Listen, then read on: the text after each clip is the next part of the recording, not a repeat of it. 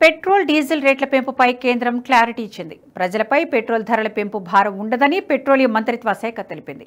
పెరిగిన ₹2 excise సుంకాన్ని oil కంపెనీలే భరిస్తాయని వెల్లడించింది. దీంతో పెట్రోల్ ధరలో ఎలాంటి మార్పు ఉండబోదని తెలిపింది. ఇదిలా ఉంటే పెట్రోల్, డీజిల్ ధరల్ని సవరించాలని నిర్ణయించింది కేంద్రం. ఈ మేరకు నోటిఫికేషన్ కూడా విడుదల చేసింది. దేశవ్యాప్తంగా అన్ని నగరాల్లో ప్రస్తుతం ఉన్న పెట్రోల్, డీజిల్ ధరలపై ఎక్సైజ్ సుంకాన్ని లీటర్కు ₹2 చొప్పున పెంచుతూ కేంద్రం కీలక నిర్ణయం తీసుకుంది. ఎక్సైజ్ ట్యాక్స్ పేరుతో ఇలా లీటర్కు ₹2 చొప్పున పెంచింది. ఇప్పటికే రాష్ట్రాలు పెట్రోల్, డీజిల్ను జీఎస్టీలోకి తీసుకురాకుండా పాత వ్యాట్ రేట్లను అమలు చేస్తున్నాయి. ఇలాంటి పరిస్థితిలో కేంద్రం ఎక్సైజ్ ట్యాక్స్ పేరుతో మరో ₹2 పెంచడం ప్రాధాన్యం సంతరించుకుంది. కేంద్రం నిర్ణయంతో పెట్రోల్పై ఎక్సైజ్ డ్యూటీ ₹13కు చేరుకుంది.